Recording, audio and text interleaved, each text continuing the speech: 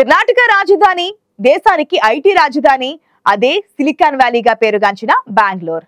అయితే మన దేశంలో మరో కొత్త సిలికాన్ వ్యాలీని నిర్మించుకోవాలని కేంద్ర మంత్రి పీయూష్ గోయల్ చేసిన వ్యాఖ్యలు ఇప్పుడు హాట్ టాపిక్ గా మారాయి.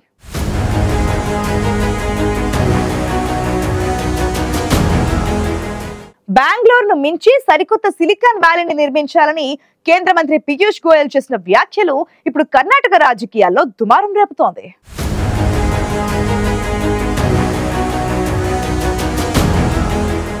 భారత సిలికాన్ వ్యాలీ బెంగళూరు దేశానికి ఐటీ రాజధానిగా బెంగళూరుకు పేరుంది. అయితే ఇప్పుడు కొత్త సిలికాన్ వ్యాలీని నిర్మించుకోవాల్సిన అవసరం వచ్చింది. అవును, మీరు వింటున్నది నిజమే.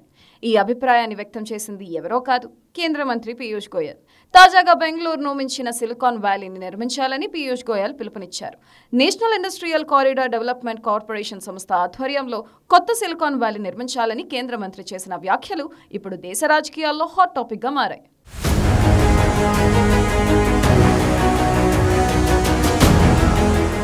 కేంద్ర మంత్రి పీయూష్ గోయల్ కొత్త సిలికాన్ వ్యాలీ గురించి చేసిన వ్యాఖ్యలు ఇప్పుడు కర్ణాటక రాజకీయాల్లో హాట్ టాపిక్ గా మారింది.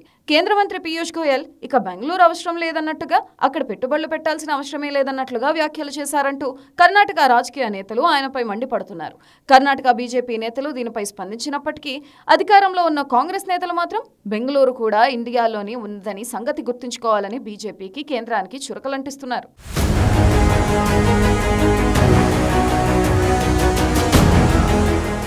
ఎన్ఐసిడిసి అంటే national industrial corridor development corporation.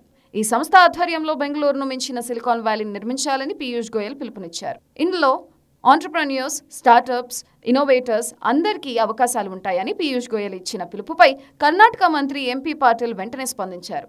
Piyush Goyal మన సొంత సిలికాన్ వ్యాలీని నిర్మించుకోవాలని అన్నారని, బెంగళూరు ఇండియాలో లేదా అని ప్రశ్నించారు.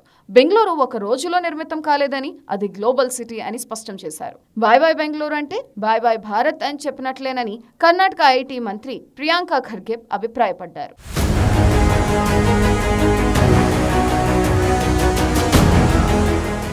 బెంగళూరును తక్కువ చేసి గుజరాత్లో మరో సిలికాన్ వ్యాలీని నిర్మించుకోవాలన్న ఉద్దేశంతోనే ఇలాంటి వ్యాఖ్యలు చేస్తున్నారని కర్ణాటక నేతలు మండిపడుతున్నారు. అయితే కొంతమంది మాత్రం బెంగళూరును సిలికాన్ వ్యాలీగా కేంద్ర మంత్రి అంగీకరించారని, మరో సిలికాన్ వ్యాలీని అభివృద్ధి చేసుకోవాలని మాత్రమే సూచించారని అంటున్నారు.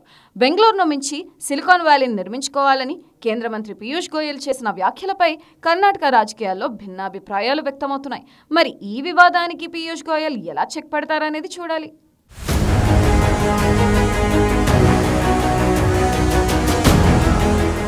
భారత సిలికాన్ వ్యాలీగా బెంగళూరుకు పేరుంది. అయితే బెంగళూరుకు మించిన సిలికాన్ వ్యాలీని నిర్మించాలని కేంద్ర మంత్రి పీయూష్ గోయల్ వ్యాఖ్యలపై కర్ణాటక నేతలు ఆగ్రహం వ్యక్తం చేస్తుండటంతో ఈ వివాదం ఏ స్థాయికి వెళ్తుందో చూడాలి.